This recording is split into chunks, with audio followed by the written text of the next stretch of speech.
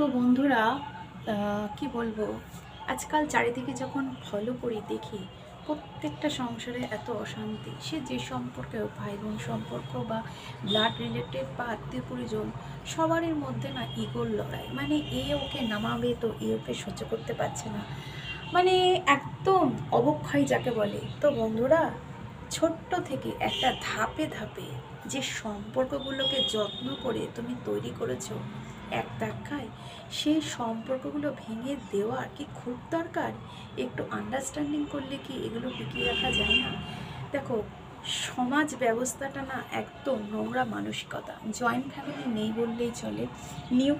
Nuclear যে family, সেখানেও প্রচণ্ড পরিমাণে অশান্তি। তাই এতে করে কিন্তু ভবিষ্যৎ প্রজন্ম কিচ্ছু শিখবে না, বরঞ্চ তাদের মধ্যে একটা হিংসার মানসিকতা তৈরি হবে। কি বলতো, চাহিদার শেষ নেই, কিন্তু খাদ্য আর বাসস্থানের জন্য মানুষ কিন্তু কষ্ট পায় না, কষ্ট পায় যেন অপমানিত হওয়ার। আত্মসম্মান বোধ যেখানে নষ্ট হয়ে যায়, মানুষ সেখানে পা দেয় না। তো বন্ধুরা, একটা কথাই বলবো, প্রত্যেকটা সম্পর্ককে সম্মান করতে শেখো। আজ যাকে দরকার হচ্ছে না লাথি মারছো, একটা দিন কিন্তু তুমি লক্ষ্য করবে তাকে না তোমার দরকার হয়। তো বন্ধুরা, সমস্ত সম্পর্ক তোমার নিজেদের হোক, কর্মস্থলে হোক, যেখানকার হোক, সকলকে একটু রেসপেক্ট দিতে শেখো। মানুষ কিছু চায় না, মানুষ কি চায় জানো? ভালোবাসা। আর মানুষ চায় আমার একটু খেয়াল রাখো। দুটো মিষ্টি কথা, দুটো ভালোবাসা দিয়ে যদি তোমরা ভালো থাকতে পারো, ক্ষতি কি? অর্থ সব কিছু নয়। একটা দিন অর্থ থাকবে, সময় থাকবে না, আর তখন মনে হবে অর্থ দিয়ে কি হবে। তা বন্ধুরা, লিমিটেড অর্থ হলে মানুষের চলে যায়। আর মানুষের ইগো, হিংসাটা একটু কমাও, তাতে সকলে ভালো থাকবে। এই কথাগুলো বললাম বলতে, চারিদিকে এত অশান্তি, এত কিছু। তো সোশ্যাল মিডিয়ায় যেহেতু কাজ করি, আমিও একটু বার্তা দিই না, যাতে আমার কথাগুলো কোনো মানুষের কানে লাগে এবং তারা তাদের মধ্যে এই যে চিন্তার ধারণাটা যদি একটু পাল্টাতে পারে। তো বন্ধুরা, রাখি, টাটা। আর সকলে ভালো থেকো। ভালো থাকাটা এই সমাজে খুব দরকার। সকলে চাইবে তোমাকে নিচে নামিয়ে দিতে, কম্পিটিশনের বাজারে এ ওকে পদদলিত করবে, ও ওকে ভালোবাসবে, ও ওকে রাগ করবে, অত্যাচার করবে। তো যাই হোক, আমি আবেগঘন হয়ে যাচ্ছি। যাই যাই বলি না কেন, শিক্ষারটা খুব দরকার। দেখো, তুমি ভাববে তুমি একটা আইকন হবে, যাতে নেক্সট প্রজন্ম তোমার থেকে শিখতে পারে।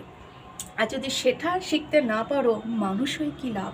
পৃথিবীতে মানুষ হয়ে এসছো কী করতে? ধর্ম, কর্ম, কর্ম কিন্তু একটা পার্ট। তুমি কর্ম করে যাও, কর্মফলের কথা ভেবো না। আর একটা কথা বলি, মানুষ হয়ে এসছো পৃথিবীতে সুস্থভাবে, সুন্দরভাবে, এমনভাবে নিজেকে তৈরি করো, সে শিক্ষাই হোক, কর্মে হোক, যাতে তোমাকে দেখে আর একজন আইকন হতে পারে। তো বন্ধুরা, এটা আমার সোশ্যালি মেসেজ বলা যেতে পারে। ভালো থেকো। আর অপমান আর আত্মসম্মান যদি না থাকে না, প্লিজ সরে এসো।